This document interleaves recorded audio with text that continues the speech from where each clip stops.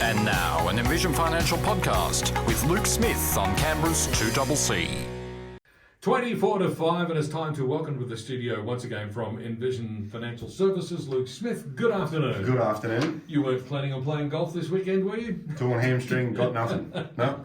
Well, the rain won't bother you then. No, it can rain all at once this weekend. Indeed, you can stay home and watch the Raiders on TV playing the Cowboys in Townsville. I don't know what the weather's going to be like up there, but probably warmer than here. There'll be a bit of sweating going on there, I think. So I would hopefully imagine. the Raiders get up. So they need it because if they don't win this one, they're pretty much done for the season, I think so. Ooh. Yeah, it's getting nasty. Ooh. Yes. Today we're talking about how much money you can put into your super. And of course, there are rules about this. Yes. Now, obviously, we start off with the fact that most of us have the compulsory contributions going in that our employer takes and puts into the super fund on our behalf, and we never even see the money. Yes. But you can put other money in as well, can't you? That's exactly right. And I think for a bit of context, I'm finding there's still a little bit of confusion out there about what you can and can't do. So I know we've sort of touched on this earlier in the year, but I want to rehash it because it's still relatively early in the financial year, and I'm not going to give Halfway through August. Well, it's flying by, but I'd rather you know now than find out in June. So we break it into two. We break it into two parts: deduction, Yes. no deduction. Okay. That's our starting point. If we want a deduction, as you just said, we get something from our employer. Great, superannuation guarantee payment under the law.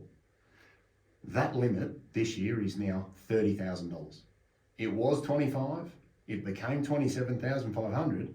And from the 1st of July this year, it's 30 grand. So your total number of contributions you can make this year is $30,000. And claim a tax deduction. Okay. Correct. And that includes what you put in and what work puts in. I often get, oh, well, I'll do 30 and work can do 30. No, there'll be tiers.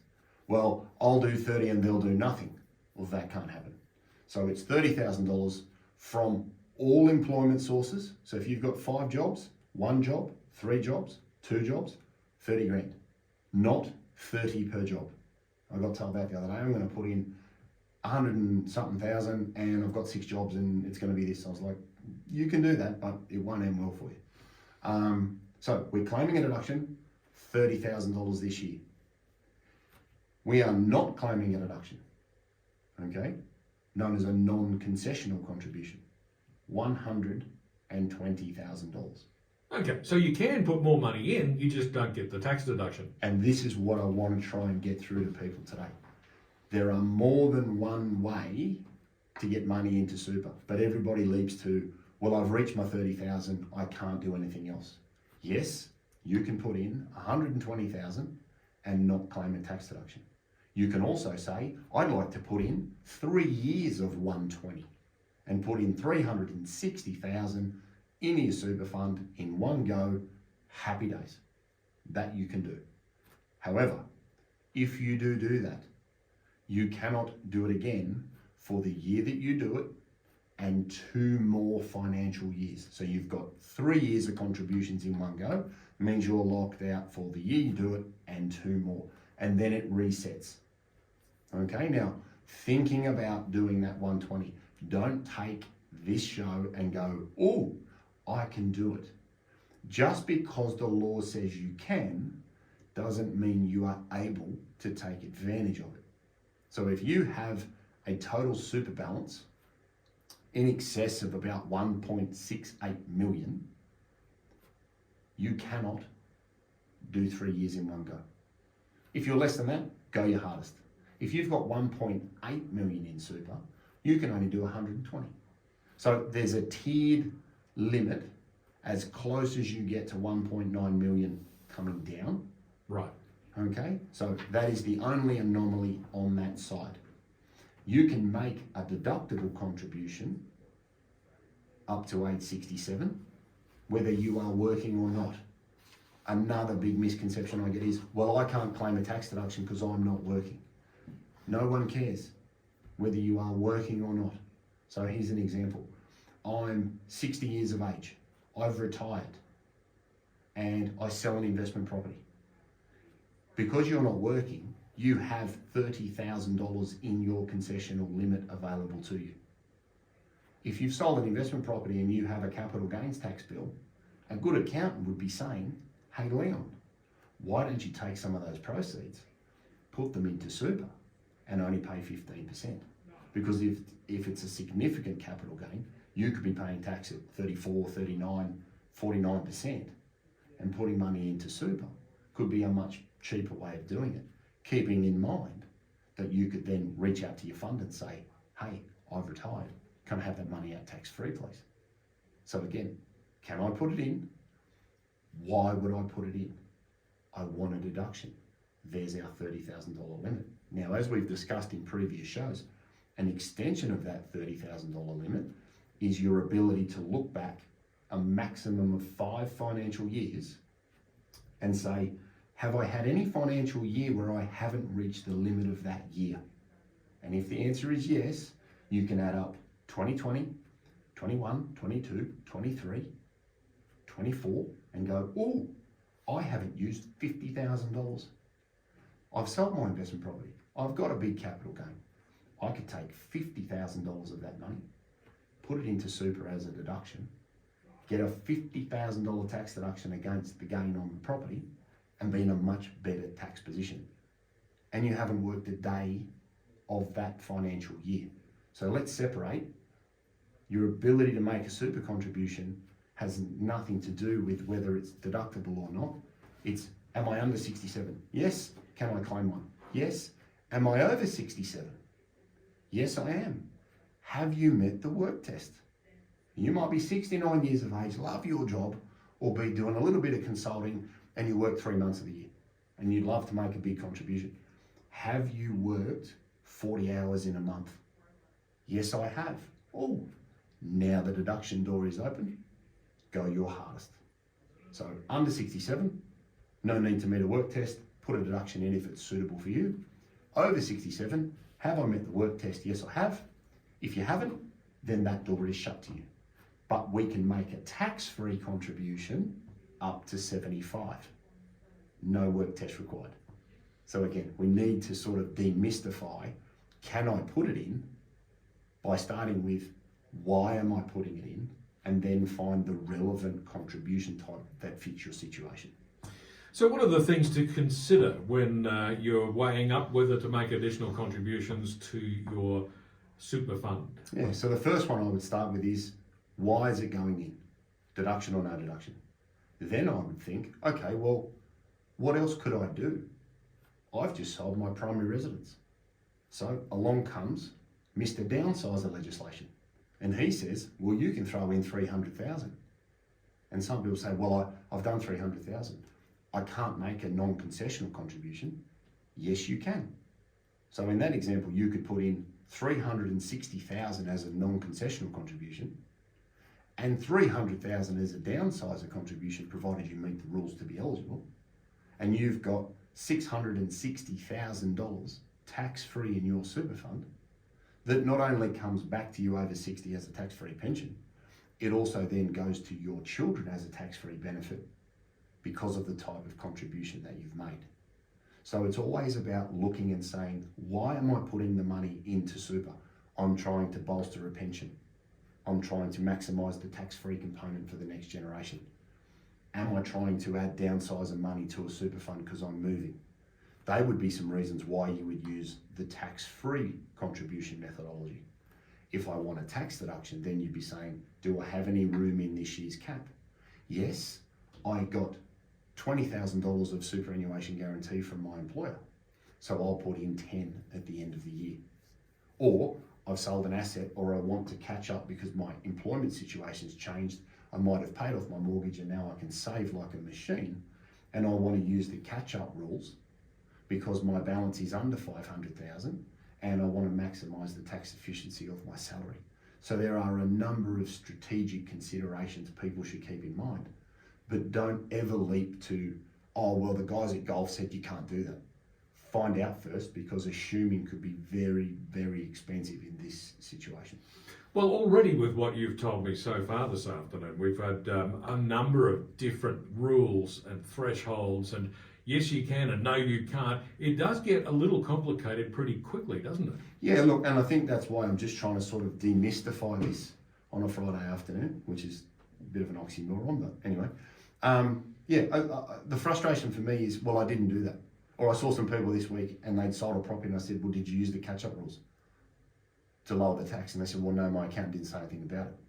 Like that breaks my heart, because you just paid tax for potentially no reason when you could have improved your situation.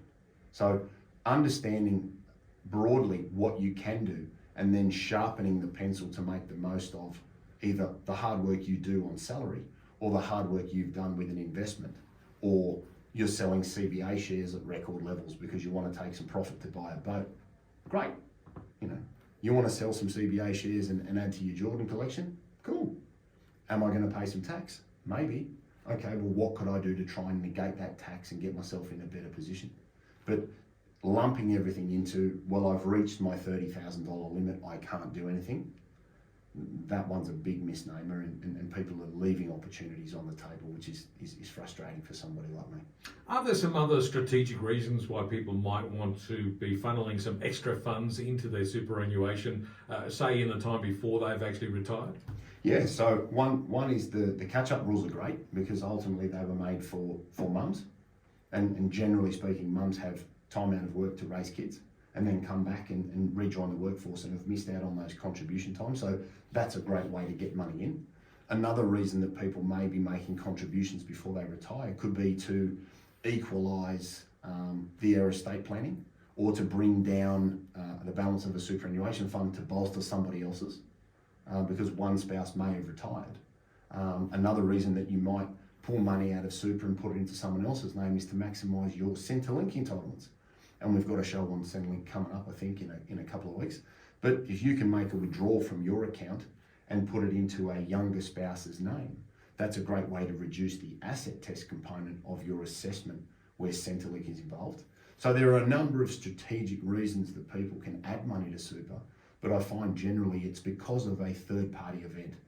We've sold an investment property, we've downsized our home, we've sold our business, and for the self-employed people, there's also then the CGT small business concessions, which are extremely generous and will then start to incorporate that non-concessional component of that broader strategy. Because if you can get up to 1.9 million in your super fund and pay zero tax on earnings and zero tax coming out to you and zero tax on the sale of assets, as far as I'm concerned, that's happy days. Well, it certainly sounds like it, doesn't it? It does. Luke Smith from Envision Financial is with me in the studio. We'll be back with more in a moment.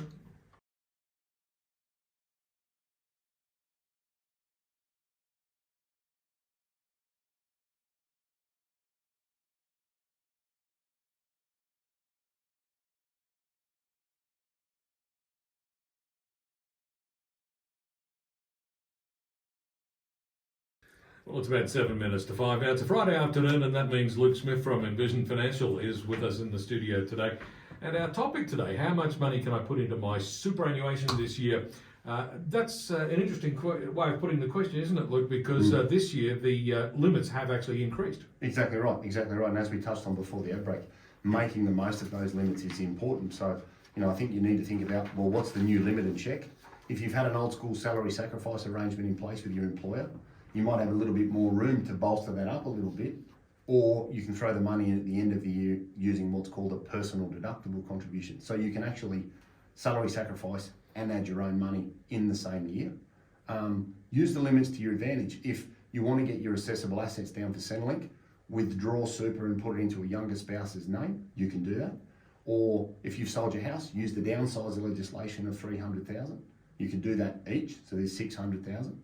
If you've sold your business, you can use the CGT small business concessions, and then with residual capital say, well, I'll put in a non-concessional contribution of 120,000 or up to 360,000. But remember, as we said, there are limits in relation to total super balance, whether you can do the full 360. So just check that, because if you're at 1.8 million, you can't make a contribution of 360. So just remember, it's not carte blanche. Talk to your accountant about using the catch-up legislations if you've sold an asset. That's really important. And then, let's just make up a scenario here. Let's say your name was Steve and you were 62 and you didn't have any super. And let's say some super fell out of the sky or you won Powerball. You would have the ability to put in $360,000 of that money And you say, well, why would I do that? That may allow you then to start a tax-free pension. You would also have 100% access to it if you are no longer working. If you are gainfully employed, you would need to quit to be able to access that. But then you could actually use the transition to retirement legislation whilst you were working at 62 and take up to 10% or 36,000 out a year as an income stream. So there are loads of reasons why you would do it. But I think the important thing for today is understand the limits, and there is more than just the $30,000 concessional limit. And we did say before the outbreak, that is across all employers, per person. Don't think that it's 30 per job, because you'll have a very, very exciting conversation with the ATO. Mm-hmm. Exciting may not be the word for it. Correct. Yeah, indeed. And because of these different rules and the complexity of the matter, I'm going to come back to my usual piece of advice. Get some expert assistance. Yeah, look, I think when you consider what you've done to earn your money, what you've done and the risk you've taken to buy assets or buy shares, and you want to liquidate things and manage tax, okay, we all should pay a little bit of tax, but let's not pay any more than we need to. And taking advantage of some of these contribution options can really put you in a good position to control your retirement assets and maximise the tax efficiency of both your earnings and the way that you fund yourself in retirement. So it all ties into some peace of mind, and ultimately that's all somebody like me is here to do.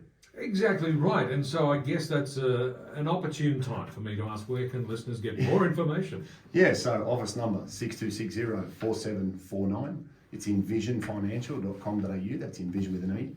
We've got the podcast, The Strategy Stacker. Luke Talks Money on iTunes and Spotify. We've got Envision Financial Canberra on YouTube, so you can subscribe to the station or the channel and see all of the shows. We've got the entire library there. You can watch them on your phone. We've got YouTube Shorts. We've got the Strategy Stacker on the Tiki-Toker. And all of these types of contribution thresholds are in Smart Money Strategy, your ultimate guide to financial planning, available in all good bookstores and Amazon. Packed absolutely full of fascinating information, which is not only fascinating but also useful. And also now out of date. And well, is that right? Yeah, Yeah, you have to write an updated edition. We're looking at that at the moment. Yeah. Okay, so Yeah. watch this space. There will be the second edition in the bookstores before you know it. Potentially. Potentially, yes. That's the trouble with these things, isn't it? They Very keep much shifting so. the goalposts, don't they? Exactly right. Indeed. Luke, thanks very much. We'll catch you again next Friday. See you next week, mate. Luke Smith from Envision Financial, back with us again at the same time next Friday, right here on 2CC.